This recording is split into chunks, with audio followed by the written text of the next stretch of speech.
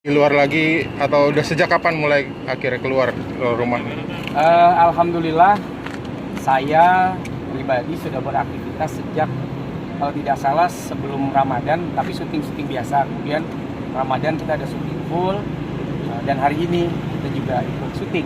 Jadi lebih kepada syuting sekarang ya, sementara waktu ini untuk di outdoor yang sifatnya dengan jumlah besar kayaknya masih belum nih.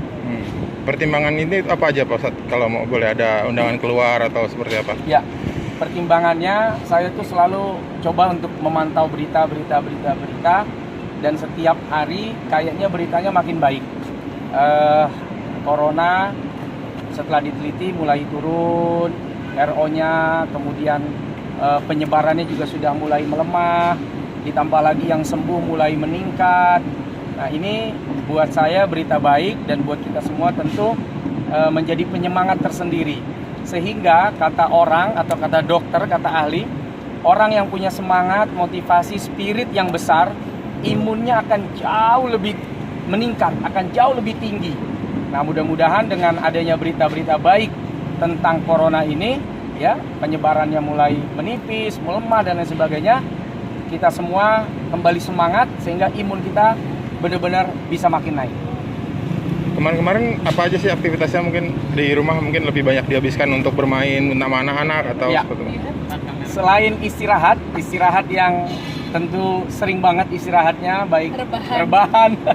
Kaum rebahan sekarang dianggap pahlawan sudah ya, rebah-rebah. Kemudian baca-baca buku yang mungkin selama ini juga banyak saya tinggalkan, dan tentunya main sama anak-anak, kumpul sama istri, sama orang tua yang selama beberapa bulan lalu sebelum adanya PSBB itu juga jarang sekali kita lakukan. Jadi satu sisi ini musibah, tapi kalau mau diambil hikmah, ini juga satu nikmat yang selama ini saya tidak dapatkan, tapi kemudian saat ini saya bisa lakukan bersama dengan anak-anak dan keluarga. Yang apa? Ada yang apa? Kata gosip-gosip yang itu kita gitu. Kemarin sempat rame Ustaz.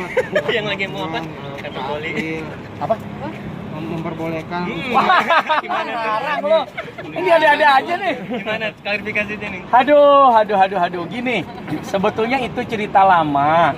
Dengan adanya waktu itu April yang tidak susah punya anak beberapa tahun ya, 1,5 tahun kurang lebih saya menjalani dengan April. April selalu bilang sama saya, udah kamu poligami aja, kamu cari istri lagi. Nah, supaya punya anak, supaya dapat anak, karena dia kasihan sama saya. Sekarang anak udah banyak. Nah, setelah saya dapat anak sekarang, saya justru menyesal kenapa kesempatan itu tidak saya ambil dulu. Ini pelajaran ya buat lu orang ya, kalau ada kesempatan ambil aja.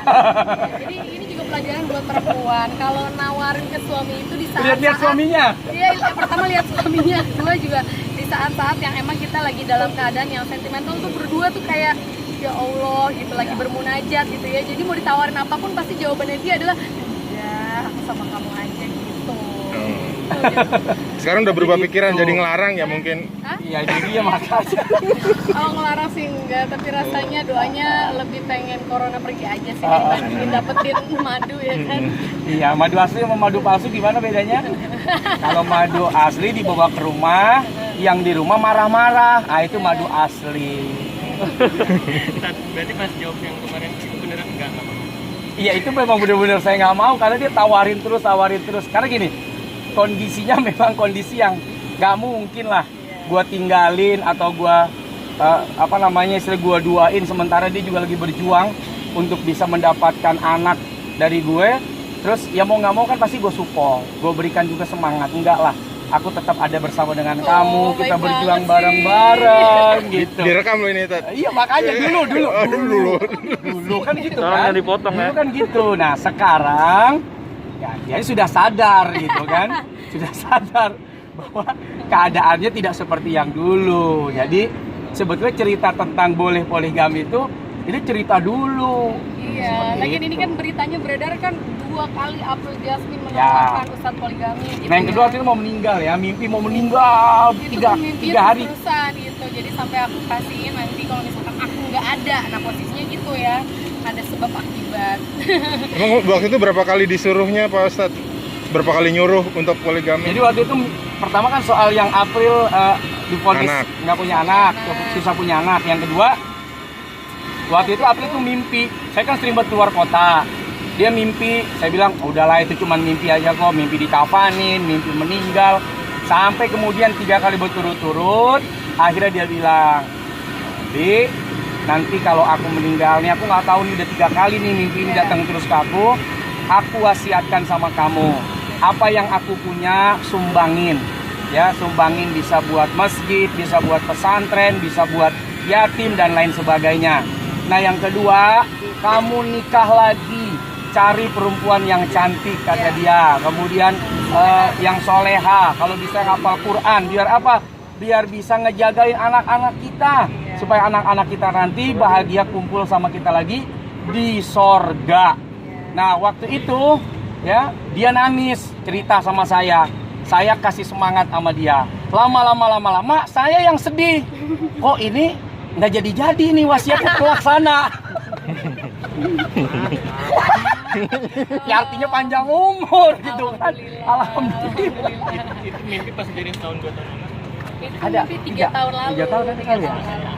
Anak masih 1 ya kan. Ya. Terus waktu itu kan Ustadz doanya tuh dia baik banget kan, pas aku nangis terus dia bilang, "Enggak sayang, kamunya nggak meninggal, tapi yang pergi adalah kejelekannya, keburukannya gitu." Amin. Ya, alhamdulillah Allah ijabah tuh. Sampai sekarang masih sehat. Terus yang pergi insya Allah keburukannya gitu ya. Tapi ada yang nyesel karena waktu itu nggak bilang iya. Kalau sekarang diizinkan nggak? Aduh. Ya. Kalau sekarang ini Aduh. tadi yang aku bilang, mendingan kita sama-sama berdoa biar corona pergi ya kan, biar kita semua sehat terus bisa. Saya mau, tapi harus April yang nyariin. Ya Allah. Ya saya permasalahannya kan sibuk di rumah sama anak-anak jadi nggak Bingung bisa mau nyariin ya. Alasan Jadi dia aja. iseng banget tuh nanya begini Ya, loh. lagian beritanya tuh April Jasmine suruh Ustadz Somad poligami 2 kali. Aku tuh sampai ketawa gitu, ya ampun ini kan kesannya bininya enak banget sama lakinya ya. Sampai Sana disuruh. poligami, sana poligami Itu gitu. bahasa halusnya untuk musir ya sebetulnya. Musir. Dia sono cari lagi deh bini yang lain. Cari sono deh. Saking enaknya, Oh. tapi enggak. Enggak lah. Enggak begitu lah. Artinya berita itu punya dua pandangan. Ada yang menyebut keren banget sih ini perempuan. Yang kedua, "Ih, Allah tuh enak banget kalau itu perempuan sama lakinya." Sampai lakinya disuruh poligami. gitu kan. Persepsinya banyak. Banyak persepsi sebetulnya dari setiap pemberitaan itu. Pak, melihat seorang Mbak April yang kayaknya hebat banget, gimana? Sampai segitunya. Terus Mbak April makin juga nanti. makin dia seperti ini, makin dia hebat, makin dia sabar menghadapi saya, sabar menerima saya. Tentu ya saya juga harus lebih lebih menjaga lah. Seperti itulah harusnya ya. Ya namanya manusia kan ujian, cobaan ada saja. Tapi dia selalu menguatkan saya, bersabar dengan apapun keadaan saya. Ya mudah-mudahan ini jadi lem perekat di antara kita untuk mengisi segala kekurangan yang bisa jadi. Kekurangan saya ya dimaklumi oleh April, kekurangan April juga dimaklumi oleh saya dengan apa? Dengan kelebihan masing-masing.